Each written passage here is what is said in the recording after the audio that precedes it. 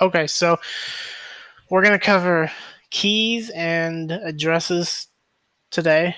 I think it's important to understand these. Even though we didn't invent any of these at Xcash, I think it's important to understand these when you're using Xcash, especially since we have the public and private transactions. These will work a little bit differently. Okay, so let's start with the keys. So we have a public address. So that's the address you give people when you want to have them send you Xcash. That starts with an XCA address. Then we have the spend key. Whoever knows that key is basically able to spend funds from the wallet.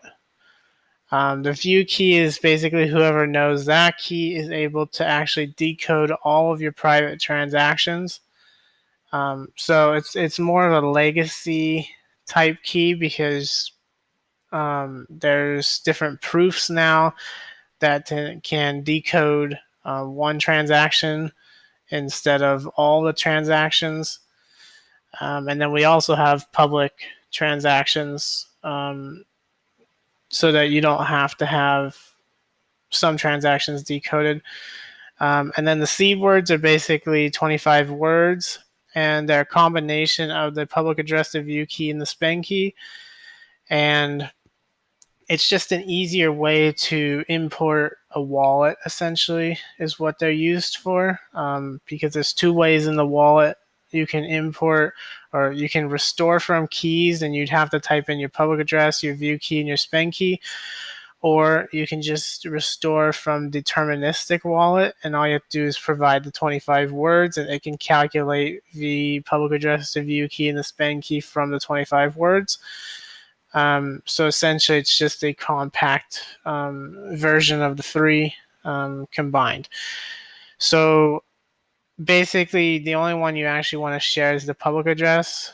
You want to keep the other three to yourself.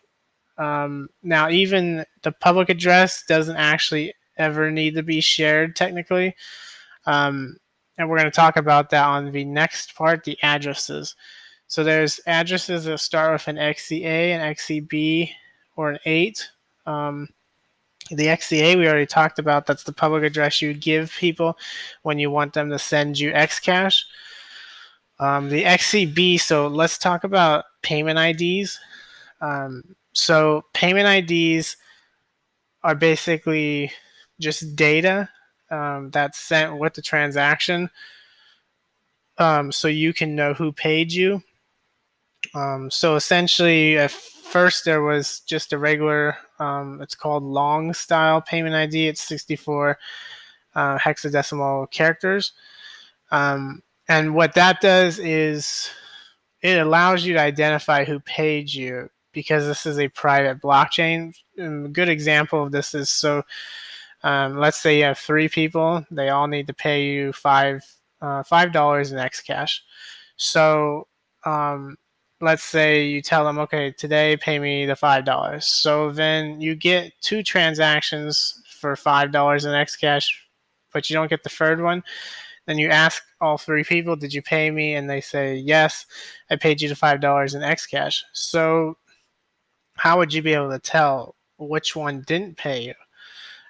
So that's an issue with a completely private blockchain. Now, obviously, you could use in Xcash situation, you could use public transactions. You can tell people, hey, send me. Don't send me a private transaction. Just send me a public transaction, and then you could be able to see which address didn't send it. But if you wanted, or if you can't force them to send you a public transaction, obviously, so you can give them each a different payment ID, and then basically you would know. If you give someone 64 zeros, you give the other person 64 ones, you give the other person 64 twos, and then it will show you in your wallet, like, the zeros and the ones sent you the Xcash, but the twos didn't, and then you would know, okay, that's the person I gave The 2 he didn't pay.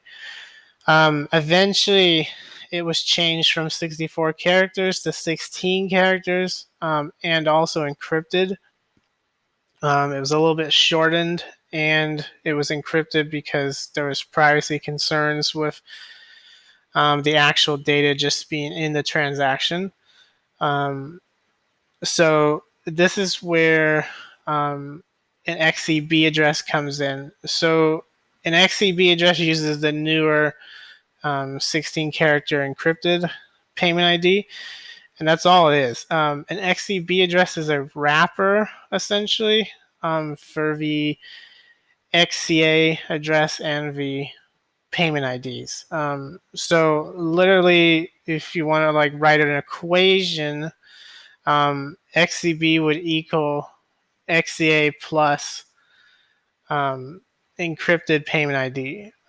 So the reason for combining the XCA and the encrypted payment ID into a new, it's not an address, but just a new format, is because a lot of exchanges use, they need to know who sent them the funds. So then people started figuring out that if you forget to type in the payment ID when you send it to an exchange, they're not going to be able to know who actually sent those funds. So the XCB was created that way. If an exchange has an XCB, it's a lot easier to just send them the Xcash, and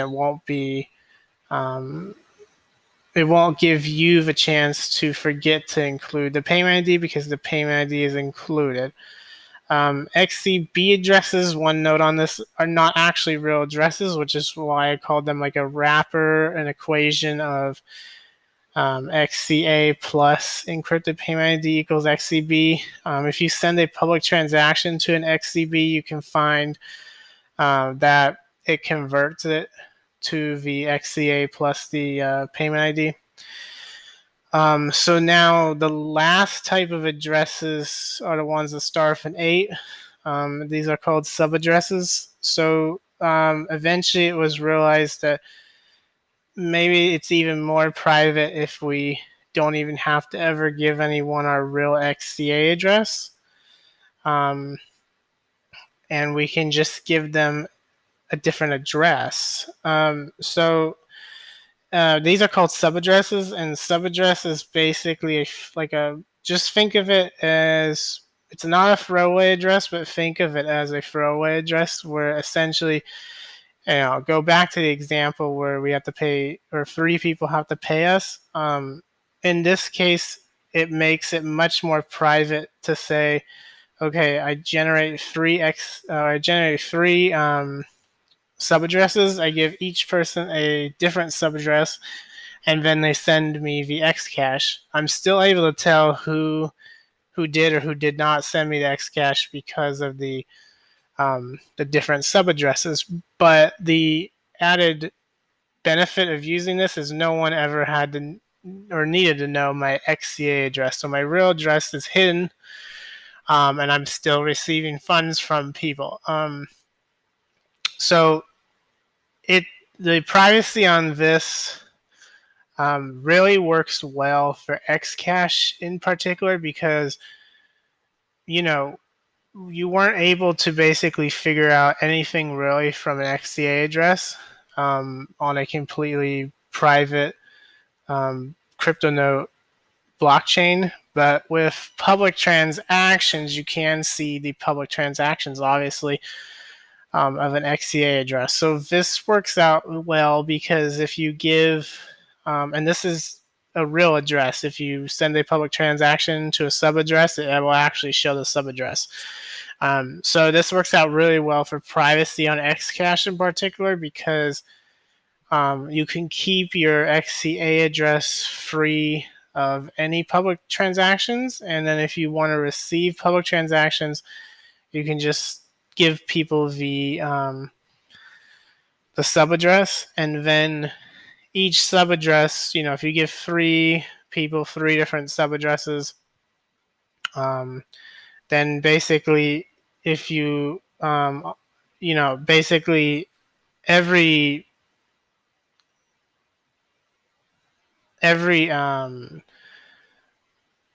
sub address will show only one public transaction to it. And these are derived from your span key and view key. So they're mathematically linked to your XCA address, but they're not you're not able to work backwards to figure out. It's kind of like a hash. Like you can't work backwards to get the data out of the hash. That's not how it works, but it's like that to where you can't work backwards to get the XCA address from the sub address. So that's it for this video. Hopefully everyone finds it useful, because it explains basically the CryptoNote protocol of keys and addresses, but it explains it more importantly how they work with Xcash, how they work with the public and private transactions. So thank you for watching.